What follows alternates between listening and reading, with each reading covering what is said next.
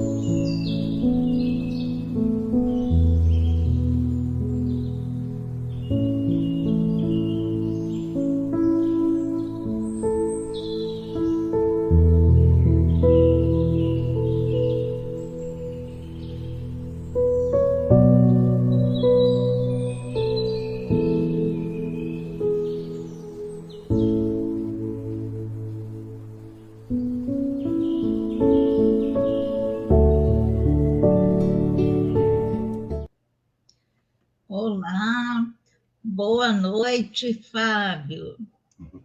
Boa noite, Delva, tudo bom? Seja muito bem-vindo. Obrigado. E nós estamos muito felizes que você vai trazer um estudo muito interessante para nós. Então, nós estamos aqui vibrando para que a gente possa realmente aproveitar tudo que você trouxer, tá bom? Muito obrigada.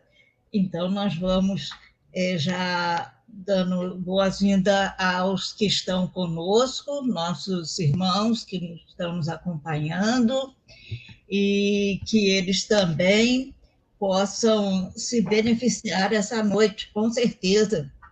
O nosso irmão Fábio vem de Guarulhos, né, Praia Grande, primeira vez que ele fala para nós, então a gente está muito feliz, aguardando mesmo com muito carinho, tá bom?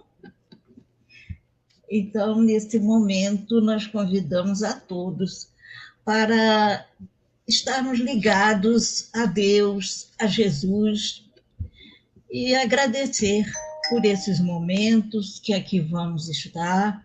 É uma oportunidade que Deus nos presenteia, trazendo o nosso irmão para falar sobre a doutrina espírita, trazendo um tema muito interessante e que nós possamos aproveitar a todo instante tudo aquilo que ele, inspirado pelos bons espíritos, por Zilda Gama, nossa mentora, que ele traga para nós e que seja aproveitado no nosso dia a dia.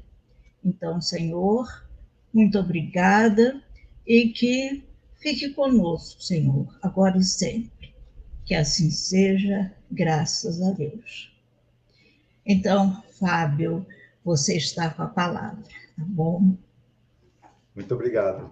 Hoje a gente vai falar sobre uma questão bastante interessante, né? Allan Kardec começa o Livro dos Espíritos com a questão número 1, já perguntando, né, que é Deus, né? No caso, ou o que é Deus. E se a gente for remontar os tempos antigos, a gente vai perceber que quando o nosso mundo era um mundo ainda primitivo, onde as primeiras encarnações das almas humanas estavam vindo aqui, o nosso mundo era um mundo ainda geologicamente falando, ele era bastante instável, tinha bastante raios, trovões, muitos terremotos ou coisa parecida, né? Então, assim, na questão número 6 lá do Livro dos Espíritos, os Espíritos disseram para Allan Kardec que todos nós trazemos já conosco esse conhecimento de que existe um ser superior a nós. Já é uma intuição que todos nós temos. E naqueles tempos, naqueles momentos onde estavam acontecendo as primeiras encarnações da alma humana, o pessoal sabia, obviamente, que existia um ser superior. No entanto, eles acreditavam que esse ser superior, por exemplo, quando tinha um vulcão que ia entrar em erupção, quando eles viam raios, terremotos, trovões e se assustavam, eles acreditavam que esse ser superior, de alguma maneira, estava querendo puni-los por alguma coisa que eles tinham feito. Então, esse medo da divindade fez com que acontecesse uma coisa bastante interessante. Naquela época, chamado politeísmo. Como eles não tinham conhecimento nenhum da divindade, então eles acreditavam que o vulcão era um deus, que o raio era um deus, que o trovão era um deus, o terremoto era outro deus. Se a gente for ver o filme Os Vingadores, a gente vai ver que o Thor é o deus do trovão, né? Isso aí porque a cultura dele, segundo as histórias, vem bem depois. E eles acreditavam que esse Deus, quando tinha, volto a dizer, quando o vulcão estava querendo entrar em erupção, quando tinha um raio, esse Deus, de alguma maneira, estava bravo com eles. E começou duas coisas interessantes a acontecer nessa época. A primeira, o politeísmo. Eles sabiam que existia um ser superior, mas eles acreditavam naquela época que eram vários seres. Então, eles começaram a adorar todos os fenômenos naturais em que eles não poderiam explicar ou entender. Então, eles acreditavam no Deus vulcão, no Deus raio, no Deus terremoto. Essa é a primeira coisa que aconteceu naquela época, era o politeísmo. E aconteceu outra coisa bastante interessante. Eles começavam a querer fazer barganha com o Criador. Acreditavam, por exemplo, que quando o vulcão estava entrando em erupção, era um Deus que estava bravo com eles. E eles acreditavam mais ainda que eles deveriam dar alguma coisa para Deus, para que Deus retribuísse de volta. Então, já desde os tempos bem antigos, que existiam sacrifícios humanos para querer agradar a determinada divindade. Uma coisa ainda bastante primitiva, né? E primitivo também é você achar que você deveria fazer barganha com o Criador, ou seja, eu dou alguma coisa para Deus me dar alguma coisa em troca. Se Deus é o Criador de todas as coisas, ele não se interessa absolutamente o que nós possamos dar para ele. Mais para frente a gente vai ver que o que a gente pode dar para ele é adquirir aprendizado, mas isso é um pouco mais para frente. Queria agradecer a todos os amigos que estão no chat aí, muito obrigado aí pela participação. Tem pessoas aí que são praticamente meus irmãos já, e fico muito feliz pelo pessoal ter vindo aí para a gente poder conversar. Bom, o tempo foi passando e os egípcios, a mitologia egípcia era bastante interessante, porque pelo fato deles gostarem e admirarem muito a força dos animais, eles tiveram a oportunidade, os egípcios, de fazer um deus metade humano, metade, muitas vezes, com o tronco no animal ou coisa parecida. E eles tinham, naquela época, eles acreditavam que os deuses tinham uma vida social que nem nós temos. Então, os egípcios, segundo a mitologia, eles acreditavam que o sol era o deus, e ele chamava Deus Ra. E se a gente for ver, ele tem o Deus Ra, ele tem o corpo humano e a cabeça de uma águia, se não me engano, aí. E esse Deus, ele tinha seus filhos, Osíris, Sete, Ísis e Nefte. Olha só que interessante. Segundo a mitologia egípcia, Osíris era o deus da civilização. Então, o que acontecia quando tinha um deus da civilização? Quando a colheita no delta do Nilo era muito grande, era muito boa, eles adoravam ao deus Osíris. E o Sete era o deus do deserto. No entanto, se a gente for ver, não tem nada demais no deserto, né? Não tem vantagem nenhuma de você ser um deus no deserto. Olha só que interessante. Eles acreditavam, segundo a mitologia egípcia, volto a falar, que Sete ficou com ciúmes do irmão e planejou matá-lo. Não sei se vocês já ouviram alguma história parecida com essa, de um irmão ficar com ciúmes do outro e planejar matá-lo. Segundo a tradição, segundo a mitologia egípcia, o Sete ele resolveu dar um banquete na casa dele e ele fez um sarcófago todo cravejado de pedras preciosas. E segundo, né, a mitologia, volto a dizer, ele ia colocar, segundo o plano dele, ele ia fazer um sarcófago do tamanho do Osíris, e esse sarcófago, no meio do banquete, ele ia falar, olha, quem couber nesse sarcófago vai levá-lo para casa. Obviamente que ele já sabia do tamanho do Osíris, e fez um sarcófago do tamanho do Osíris mesmo, né? No meio desse banquete, o Sete propôs esse item, né, do pessoal querer, quem coubesse levaria para casa o sarcófago, e quando o Sete entrou dentro do sarcófago, Osíris entrou dentro do sarcófago, o Sete e seus ajudantes lacraram esse sarcófago e soltaram no rio Nilo. A Ísis era a mulher do Osíris. E quando percebeu a sua falta, ela se transforma numa águia e ela vai atrás do marido. E ela vai encontrar esse sarcófago do Osíris lá na Babilônia. E ela consegue recuperar novamente o marido. No entanto, o irmão dele não gostava mesmo dele. E, segundo a tradição, aí o Sete captura o Osíris e corta o Osíris em diversos pedaços, mandando cada pedaço do Osíris para cada tribo do Egito. Novamente, a Ísis, ela se transforma numa águia, e aí, com a ajuda da irmã Anefte, ela vai pegando todos os pedaços do Osíris, e ela junta como se fosse um quebra-cabeça, e ela bate as asas mágicas e faz com que Osíris retorne à vida. E eles têm uma relação sexual, segundo a mitologia. Dessa relação sexual nasce Horus.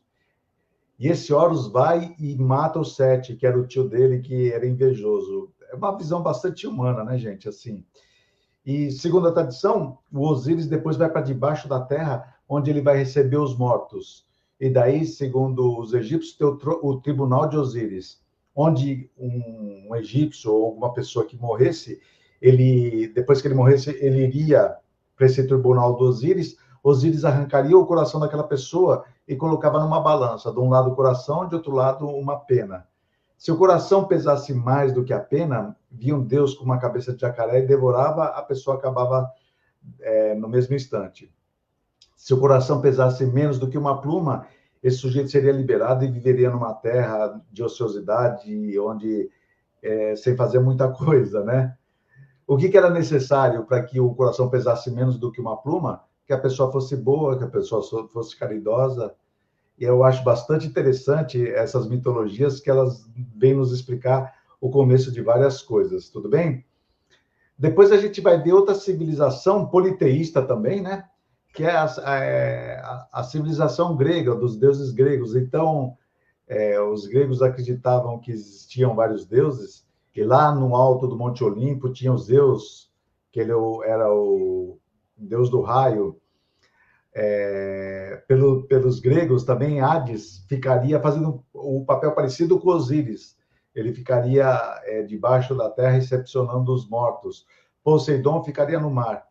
E os gregos, eles tinham uma coisa bastante interessante. Para cada tipo de casta que eles pertenciam, eles tinham deuses. Então,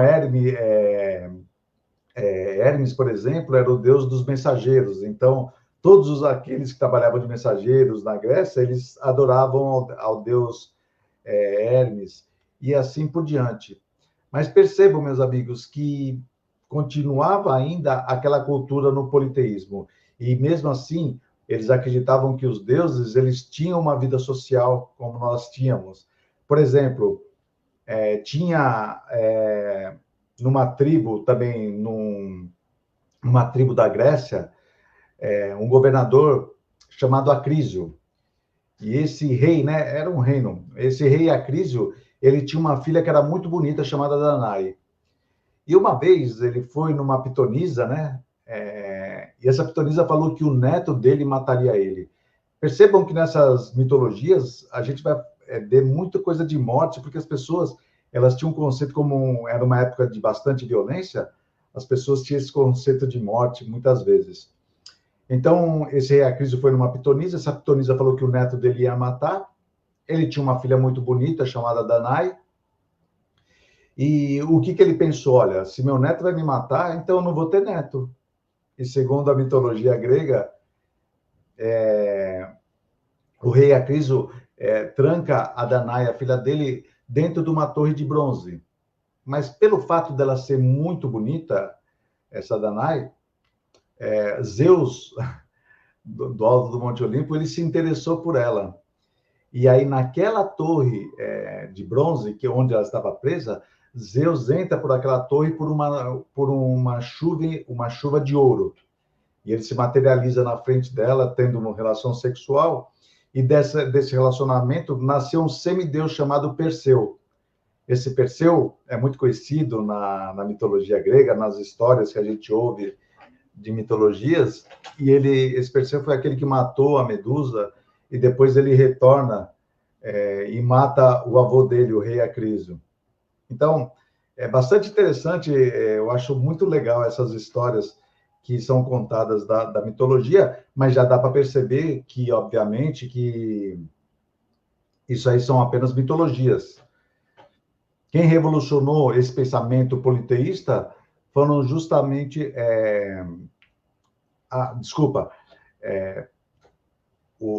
depois, conforme o tempo foi passando, algumas doutrinas elas foram sendo criadas. Então, pelo fato de muitas pessoas pensarem muitas vezes que esses deuses não existiam ou coisa parecida, desacreditassem, foram sendo criadas algumas doutrinas. E uma primeira doutrina que a gente vai colocar, e se alguém tiver interesse, o Allan Kardec fala sobre as 5 alternativas da humanidade no livro Obras Póstumas, que vai falar sobre isso. Então, uma doutrina que é bem conhecida é a doutrina materialista. O que acreditam os materialistas? Que, por exemplo, nós não éramos nada antes de nós nascermos e nós não seremos nada depois que nós morrermos. Então, a gente simplesmente tem um período de vida e desse período, depois, como a gente não era nada, depois desse período a gente acaba. Os materialistas também não acreditam em nenhum tipo de Deus, nenhuma causa primeira. E uma vez eu estava conversando com um sujeito que era materialista, né? E ele virou para mim e falou que eu era ingênuo por acreditar em Deus ou coisa parecida. E eu virei para ele e falei assim, olha, pode ser que seja ingenuidade minha, mas eu falei para ele, vamos supor que nós conseguíssemos voltar ao máximo no tempo. Onde você acha que começou o universo? E ele falou para mim, começou no Big Bang. E eu falei assim, mas o Big Bang foi uma explosão de alguma coisa que já existia, certo ou não? Ele falou, certo. E eu falei, quem criou essa coisa que já existia? Eu falei assim, eu acho você mais ingênuo em acreditar que o nada pode formar o tudo do que eu acreditar que existe uma causa primeira para começar todas as coisas. E aí, assim, geralmente os materialistas são um pouco orgulhosos, né?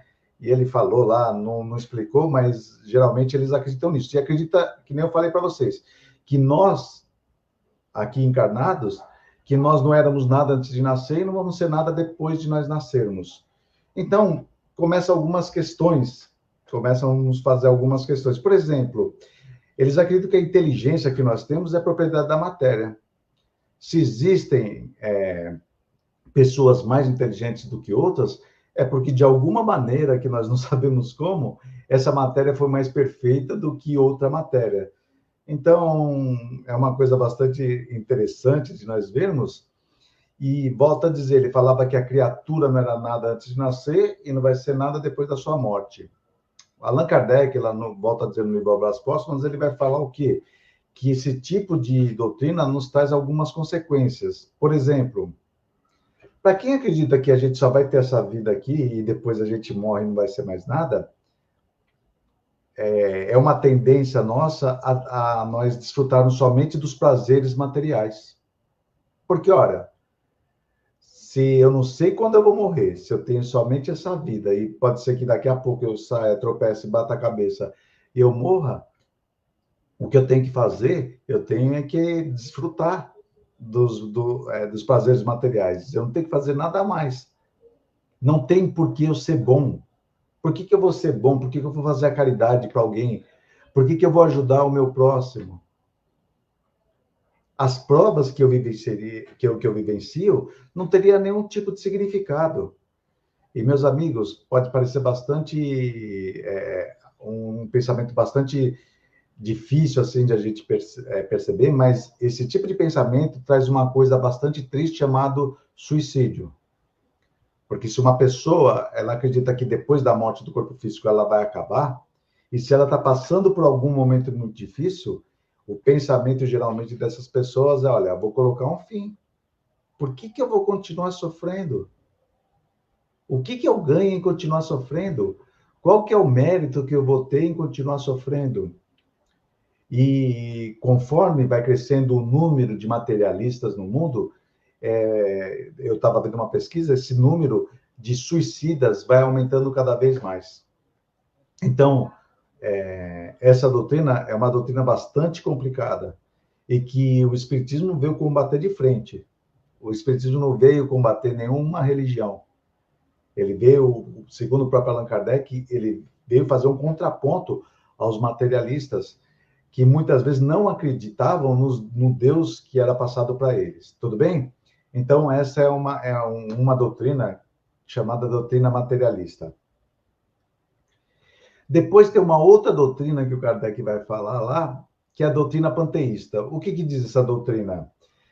Que a criatura, que nós éramos uma parte do Criador, que existia um Criador e que esse Criador a gente seria um pedacinho dele, que quando nós um pedacinho de Deus que a gente viria aqui, nasceria, viveria 10, 20, 30, 40, 100 anos, e depois que nós morrêssemos, nós voltaríamos para o Criador para formarmos um todo, como se fosse uma gota d'água no oceano. Nós ficaríamos totalmente misturados novamente. E interessante que, novamente, as consequências são bem parecidas com as consequências da doutrina materialista. Bom, primeiro, não existe individualidade, né? Então, o bom e o mal, eles vão se misturar. E, novamente, vem a pergunta: por que eu vou ser bom? Por que eu vou fazer o bem para o meu próximo?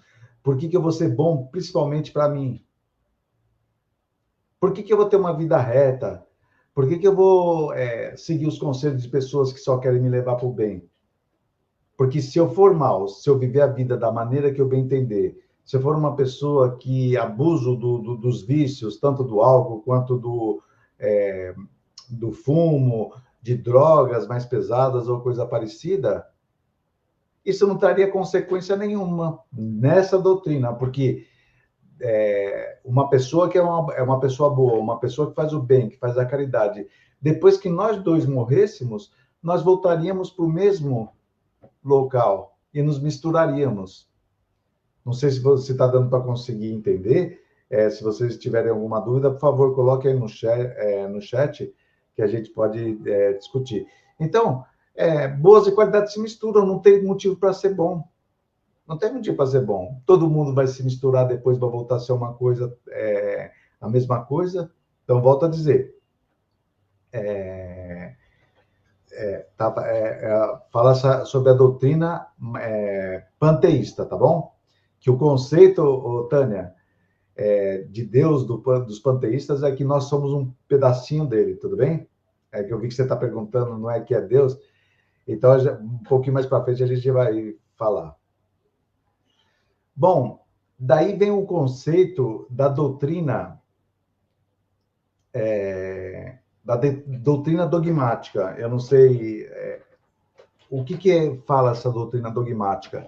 Essa doutrina dogmática, geralmente, ela tem uma coisa boa, porque ela vai falar do monoteísmo, que somente existiria um Deus. Então, isso foi para a época quando ela chegou, principalmente o Deus dos judeus, né, que implantaram o monoteísmo, isso aí já foi uma coisa muito boa que aconteceu.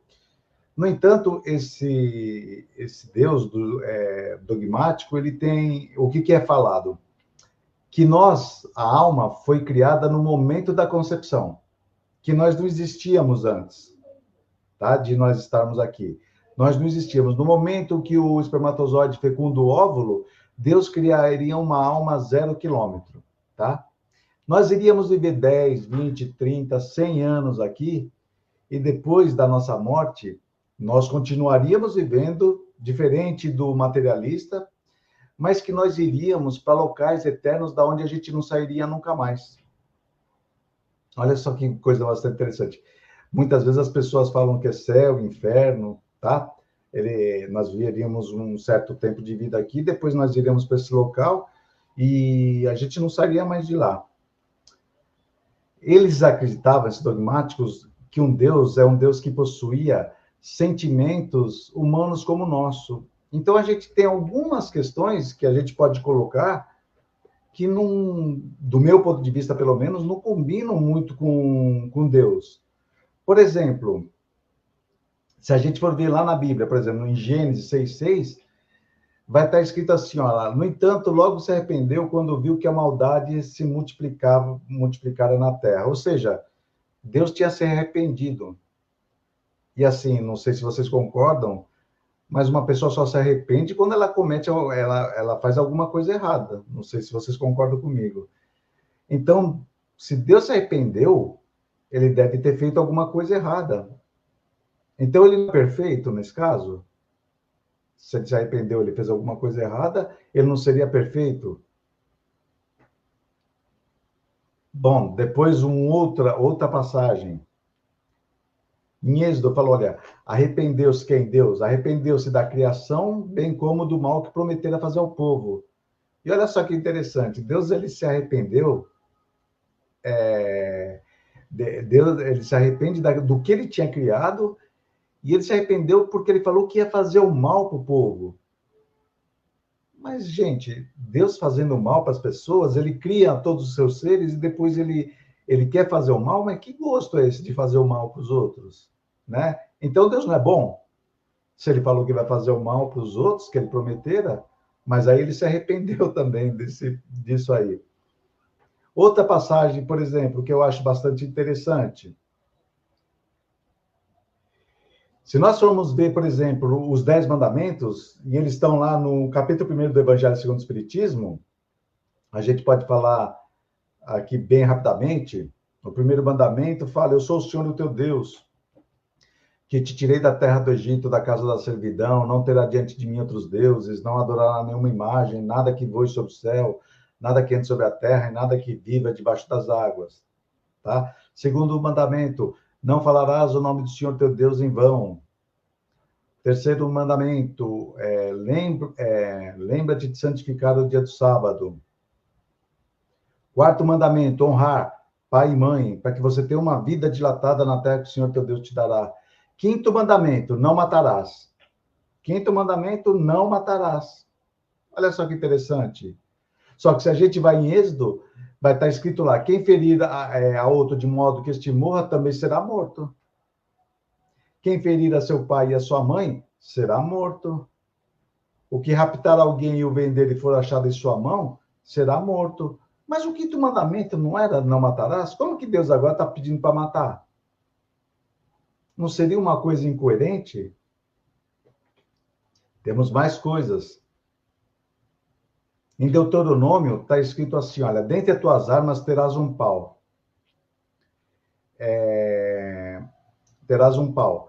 E quando te abaixares fora, acabarás com ele, e volvendo-te cobrirá o que defecastes. Então, não sei se todo mundo entendeu, eu vou responder a pergunta da Luísa, né?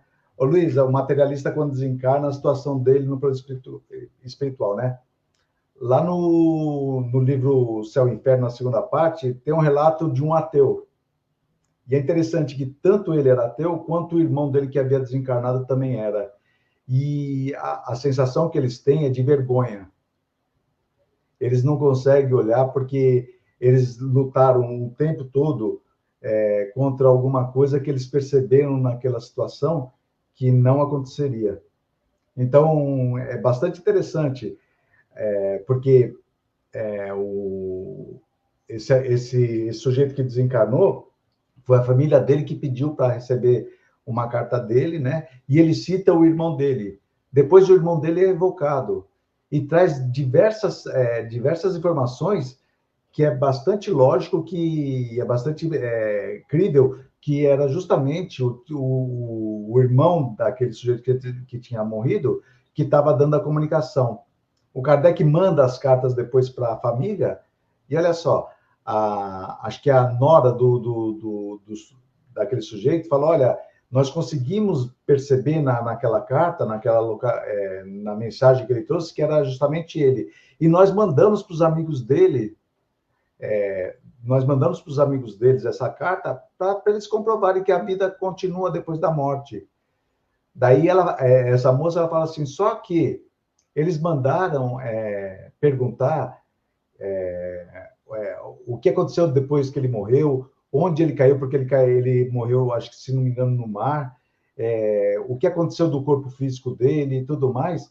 E a moça pede para o Kardec, será que o senhor poderia fazer essas perguntas para ele? Porque eu vou mandar novamente a resposta para ver se eles acreditam. E o Kardec fala, olha, se eles não acreditaram nessa primeira, com todas essas evidências, infelizmente os espíritos não estão à nossa mercê para que nós sejamos convencidos da existência deles, tá? Mas volto a dizer, quem tiver a oportunidade de ver esse caso lá, no livro Céu e Inferno, é bastante interessante, e a situação deles é de vergonha, viu, Luísa? Muitas vezes ficam envergonhados e sofrendo por eles estarem vivenciando uma coisa que eles não acreditavam, tudo bem? Mas eu gosto sempre de destacar uma coisa, a situação do espírito depois da morte do corpo físico não é a mesma para todas as pessoas, tá? Pode acontecer outras determinadas coisas, assim, para um outro ateu, que seja diferente desse que eu relatei, que está lá no livro Céu e Inferno, tá bom, Luísa? Obrigado aí pela questão. Bom, voltando aqui, meus amigos, em Deuteronômio, não sei se todo mundo entendeu, se vocês quiserem procurar na Bíblia, tá sendo dito assim, dentre as tuas armas terás um pau, e quando te abaixares fora, acabarás com ele, e volvendo-te, cobrirá o que defecastes. O que Moisés está falando aí em Deuteronômio é que quando ele está tirando o povo hebreu lá do Egito, ele está caminhando no deserto, obviamente que não tinha banheiro químico do lado, né, gente? E obviamente que as pessoas tinham as necessidades fisiológicas. Então, em Deuteronômio aí, para quem não entendeu, está falando que uma das coisas é que quando eles tiverem que defecar, que eles abrissem um buraco no deserto, defecassem naquele buraco e tampassem. Mas será que isso é um ensinamento de Deus? Eu acredito que não. Eu acredito que isso foram leis implantadas por Moisés para que ele conseguisse conduzir aquele povo, porque aí porque é justamente o que está acontecendo aí é uma coisa de saneamento básico. Se todo mundo defecasse e os dejetos ficassem ao ar livre, imagine o número de doenças que poderia proliferar no meio daquele povo. E isso vai ao encontro lá do capítulo 1, lá do Evangelho segundo o Espiritismo, quando os Espíritos falam que a lei de Moisés pode ser dividida em dois. As leis civis, e essa é uma delas, né? E as leis divinas, que são os 10 mandamentos, tá bom? Então, eu acho que é isso aí. Outra coisa que é impossível a gente acreditar que venha de Deus, em Eclesiástico 25, 24, foi pela mulher que começou o pecado, e é por culpa dela que todos morremos. Por causa daquela história da Adão e Eva, né, gente? Assim, não me parece que Deus seria tão misógino a esse ponto, né? Não gostasse tanto de mulheres assim. Olha, em Eclesiástico também, é melhor a maldade do homem do que a bondade da mulher. A mulher cobre de vergonha e chega a expor ao insulto. Então, a gente vai perceber com todo respeito, viu?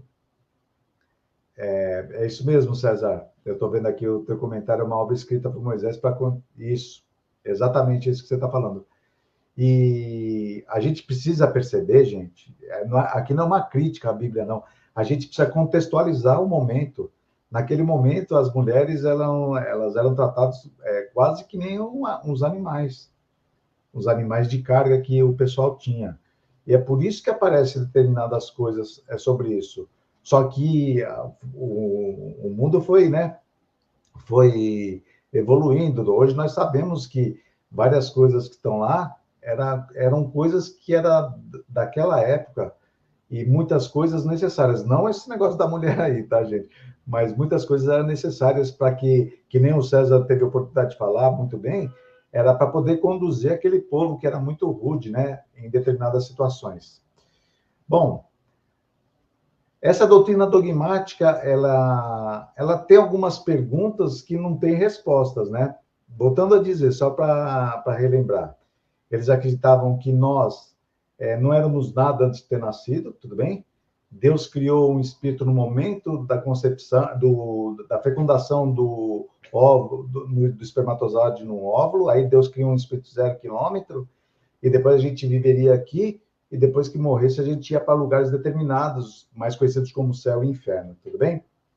Então, quais são as perguntas que talvez não tenha resposta? E se alguém souber responder aí, fiquem à vontade, porque se souber a resposta, eu tiro da apresentação, tudo bem?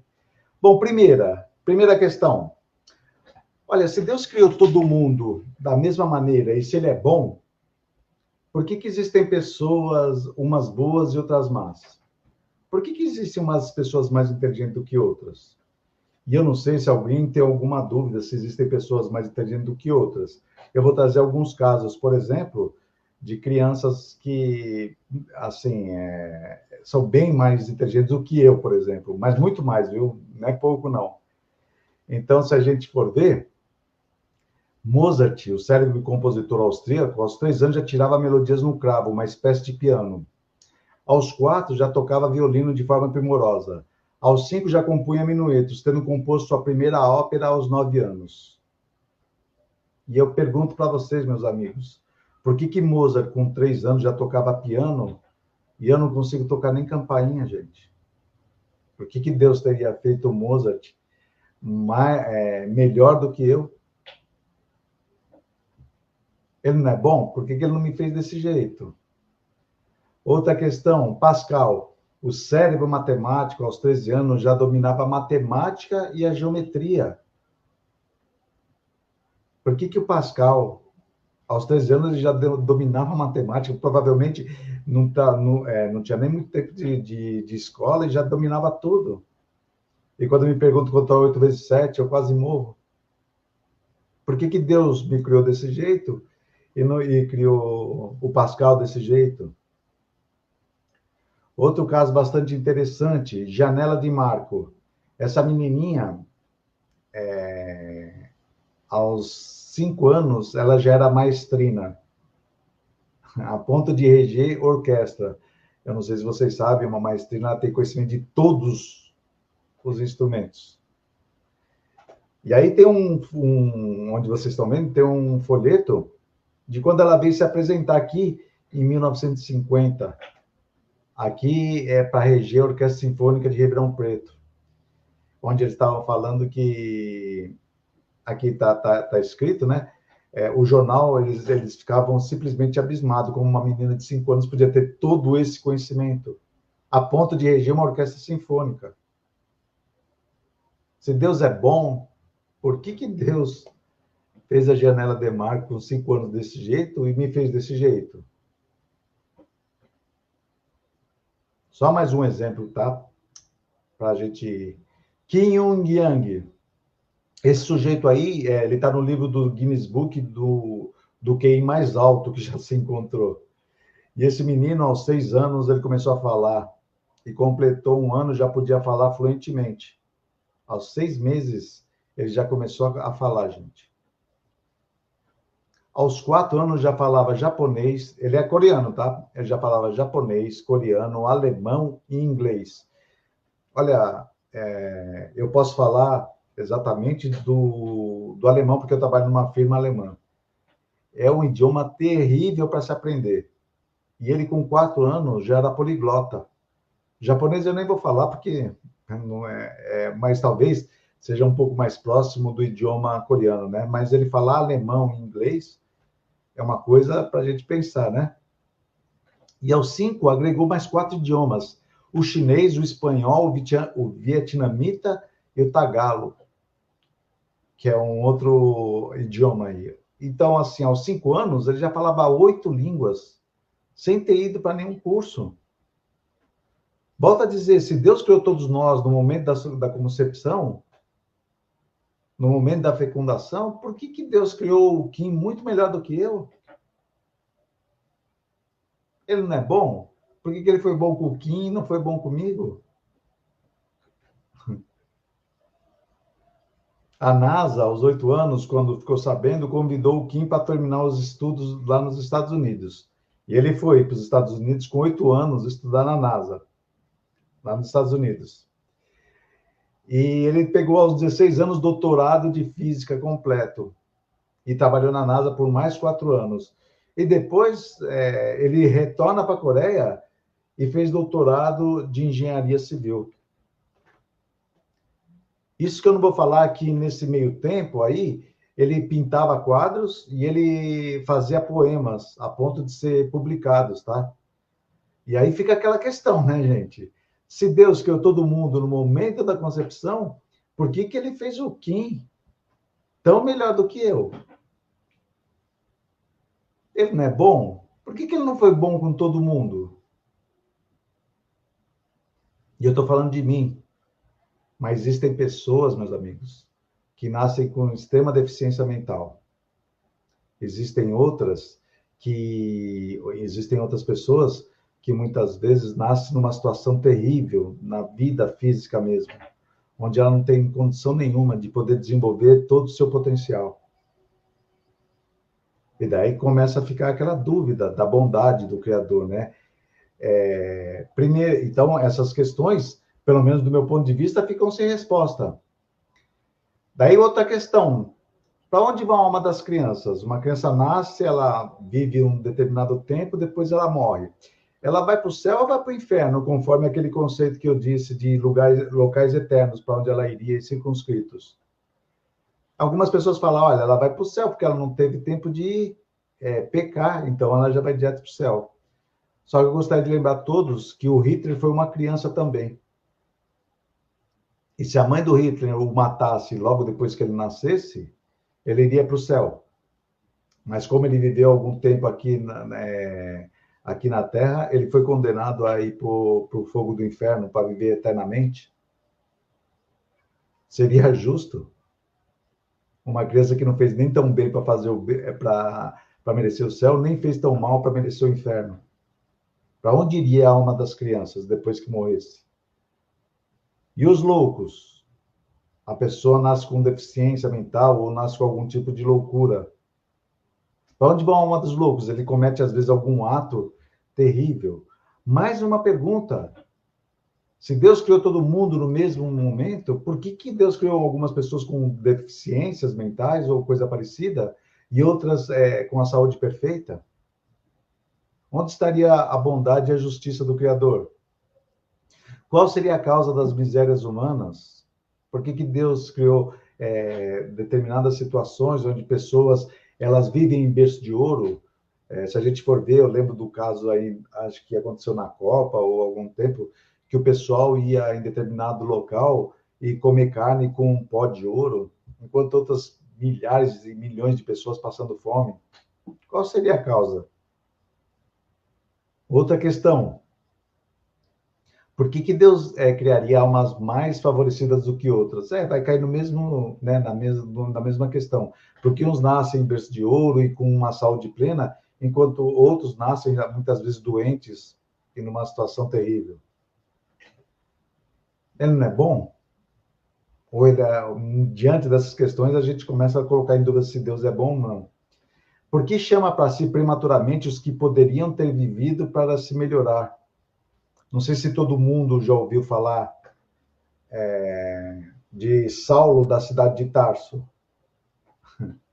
Esse Saulo, ele ia atrás daqueles que seguiam a Jesus, muitas vezes perseguiam e o matavam. Em determinado momento, indo ao caminho de Damasco, ele tem a conversão e hoje ele é tratado como um santo da igreja. Se Saulo tivesse morrido como Saulo e não como Paulo, depois que ele do caminho de Damasco, ele iria para o inferno? Ele ia perder a oportunidade de poder se melhorar e ir para o céu? São questões, tá, gente? E por que Deus criou os anjos e não nos criou da mesma maneira? Por que Deus já criou o anjo lá, batendo asa no céu lá, sem fazer nada, e deixou a gente aqui no mundo, onde a gente pode errar e pode ir para um lugar para ficar pro resto da eternidade queimando? Onde que estaria a bondade do Criador? Bom, daí vem a doutrina dos espíritos. E o que diz a doutrina espírita, né? A doutrina espírita vem falar que todas as criaturas foram criadas iguais. Aí já está bem mais de acordo com a justiça e com a bondade do Criador. Ou seja, todos nós somos criados da mesma maneira. Simples e sem conhecimento, porque Deus é justo e Deus é bom. A alma é independente da matéria. Nós já existíamos antes de nós termos nascido nessa encarnação. E a gente vai continuar a viver depois que a gente morrer. E Deus criou as leis naturais que conduzem todas as criaturas à perfeição. Então, uma coisa é certeza que os espíritos dizem sobre nós, que um dia todos nós seremos espíritos puros. Eu citei o Hitler, não citei? O Hitler um dia vai ser espírito puro? Também vai ser. Vai ser o espírito puro, sim. Vai depender de quem? De Deus? Não. Vai depender dele, mas ele precisa se melhorar bastante para isso, como eu também preciso me melhorar bastante. Mas vai depender de cada um de nós. E não vai depender da vontade do Criador de ter feito pessoas melhores do que outras. Tudo bem? E aí, diante disso, aquelas questões começam a ser respondidas. Porque existem pessoas boas e outras más, mais inteligentes do que outras. Obviamente que essas pessoas que são melhores, por exemplo, no caso do Kim, e outras encarnações, ele já se dedicou a estudar e adquirir conhecimento. E agora ele só está retomando aquilo que foi um esforço dele. Então, enquanto o Kim, talvez em outras encarnações, estivesse estudando e tudo mais, eu estava, sei lá, nadando, pescando, fazendo alguma coisa, e agora o Kim só está retomando aquilo que ele conseguiu com o mérito dele, porque isso está de acordo com a justiça e a bondade do Criador. Outra coisa, para onde vão a alma das crianças? Retorna para o mundo dos espíritos e aguarda uma nova encarnação. Tá bom? Outra questão, para onde vão a alma dos loucos, né? Retorna para o mundo espiritual. E depois vai ter uma outra oportunidade de poder reencarnar para se melhorar. Só que tem uma coisa interessante que eu gostaria de falar para vocês. Naquele próprio livro, Céu e Inferno, tem um espírito chamado Charles Santier, um menino, não é nem espírito. É um menino que nasceu com uma deficiência mental muito agressiva, a ponto dele só poder mexer os olhos. Antes desse rapaz desencarnar, o Kardec evoca o espírito dele.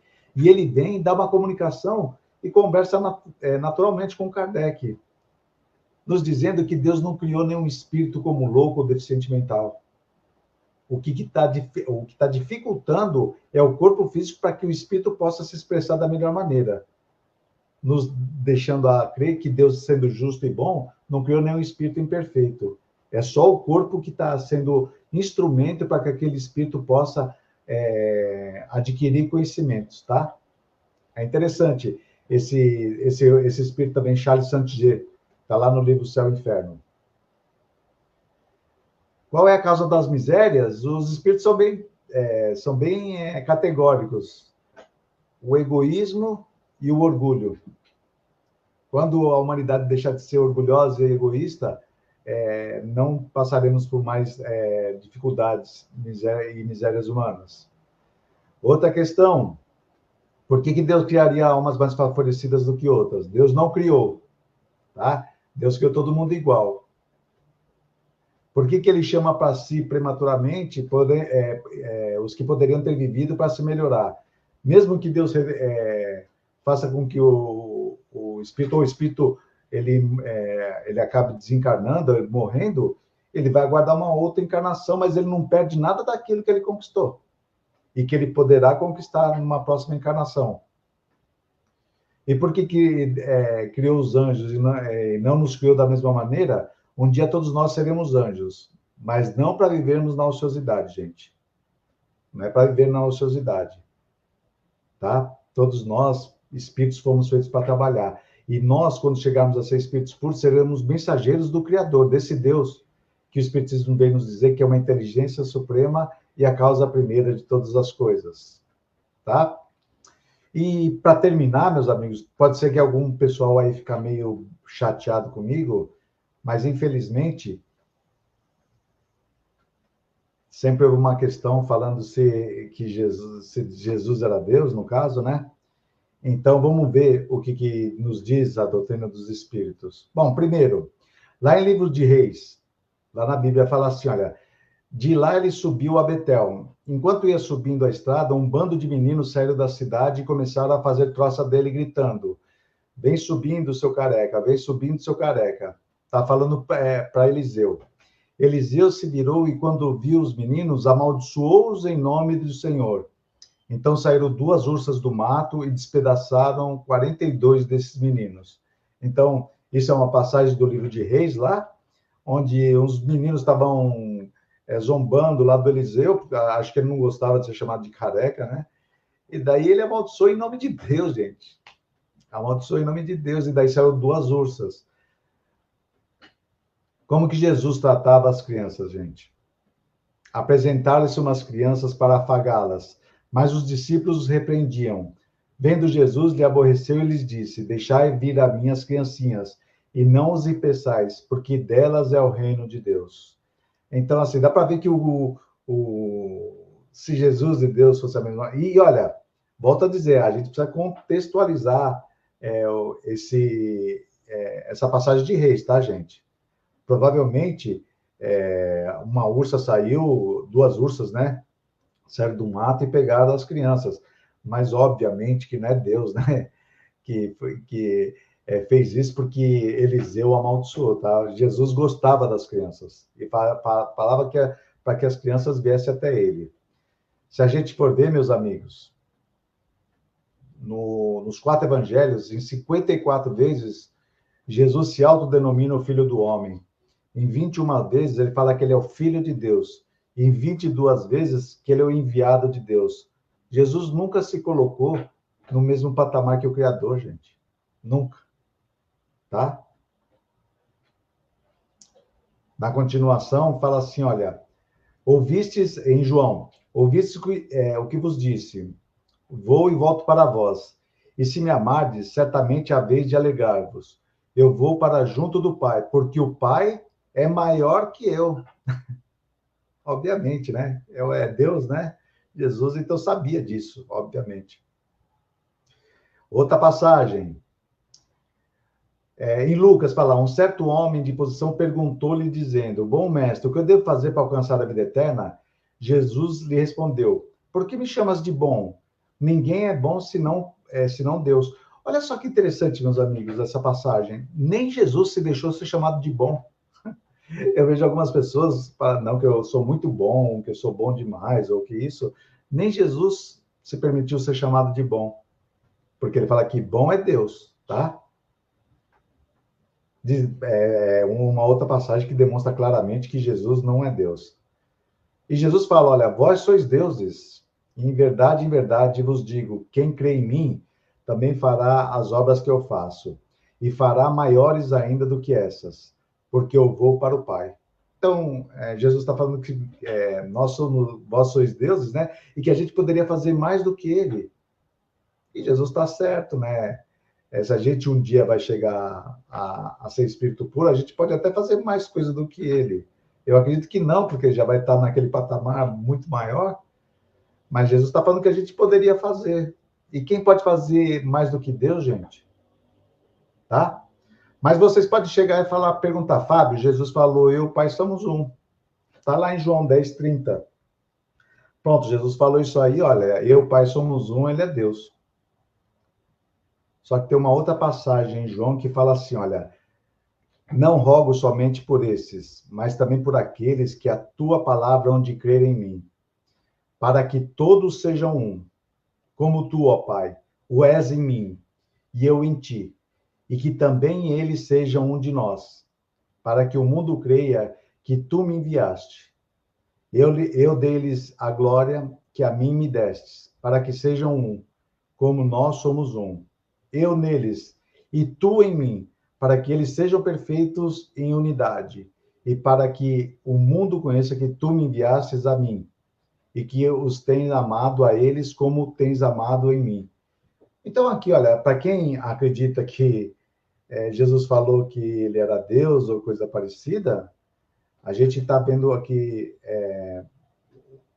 claramente, pelo menos do meu ponto de vista, que Jesus está falando aqui que ele não é Deus. Não sei se vocês têm essa mesma impressão que eu estou tendo, tá, gente? E só para terminar aqui, fala da Santíssima Trindade, né? E eu só gostaria de destacar para cada um de vocês que existem muitas trindades, tá? Vejam só que interessante, meus amigos. Existem muitas trindades aqui. Peraí. A gente vai ver que os sumérios acreditavam na trindade, que era E era o pai, Estar a mãe e Tammuz. Os órficos da Grécia acreditavam que Axier era o pai celeste, Axiquerça era a mãe terrestre e Axioquerces, o filho do céu, trindade também. Os mistérios de Eleusis é de outra ordem, a ordem é outra. O pai é Dionísio, a mãe é Deméter e o filho é Iacos. Na antiga Canaã, era Baal, né, o pai, Astarte a mãe e Adonis o filho. Na Índia, nós vamos ver a trindade também, que tem Brahma, Shiva e Vishnu. Também é uma trindade que existe lá na Índia. Na China, eles falam de Brahma, Shiva e o Buda, o filho. Na Pérsia, eles falam de Ormundi, Arimã e Mitra. Eu aconselho vocês, se vocês tiverem oportunidade, dê uma observada na história desse Mitra aí, tá? O deus Mitra. Depois, eu acho uma história bastante interessante e eu acredito que vocês vão gostar também de ver a história do deus Mitra, que é antes do cristianismo, tá? Isso aí. Na primitiva Germânia é Wotan, Frigga e Dinar, a trindade. E os druidas, onde Allan Kardec foi um druida, né? É a Brédia, Gift e Segante. Então, meus amigos, era isso que eu gostaria de falar sobre Deus. Me perdoem se ficou muito cansativo o estudo, tá? Mas eu gostaria de agradecer muito a cada um de vocês que estiveram aí no chat. E eu vou deixar aqui o meu contato, para que se alguém quiser entrar em contato, a grande maioria aí já tem o meu contato. Só dizer que foi um prazer muito grande poder estar com todos vocês aqui.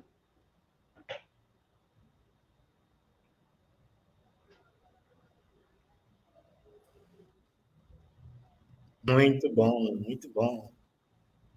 Muito bom, Fábio. Agradecemos esse carinho e essa atenção sua para conosco. Me perdoe, viu? Ficou muito cansativo o estudo, viu, Johanna? Mas tinha foi muita coisa para falar. Tranquilo. Assim, convido a todos a fechar os olhos, abrir o coração e agradecermos esses momentos que aqui passamos. Senhor, humildemente reunidos sobre a árvore da oração, agradecemos esses momentos. Que essas energias, Senhor, possam chegar a todos os corações, chorosos, tristes e amargurados. A todos aqueles que o Senhor convidou ao nosso coração, encarnados e desencarnados. Não esquecendo daqueles que estão registrados no caderno de nosso coração. E, além de mais, daqueles que em algum momento, nessa ou em outra existência, utilizando mal o nosso livre-arbítrio, os prejudicamos. Que possam chegar até eles o nosso pedido sincero e efetivo de perdão. Muito obrigado a todos os companheiros que participaram conosco nesta noite, neste estudo, encarnados e desencarnados. Obrigado a todos que estão aqui no salão e a ti, Fábio, pelo carinho e atenção. Que Jesus nos abençoe, hoje e sempre. Assim seja. Muito obrigado a todos. Obrigado, querido. Tenha uma boa. Obrigado a todos aí. Audio Jungle.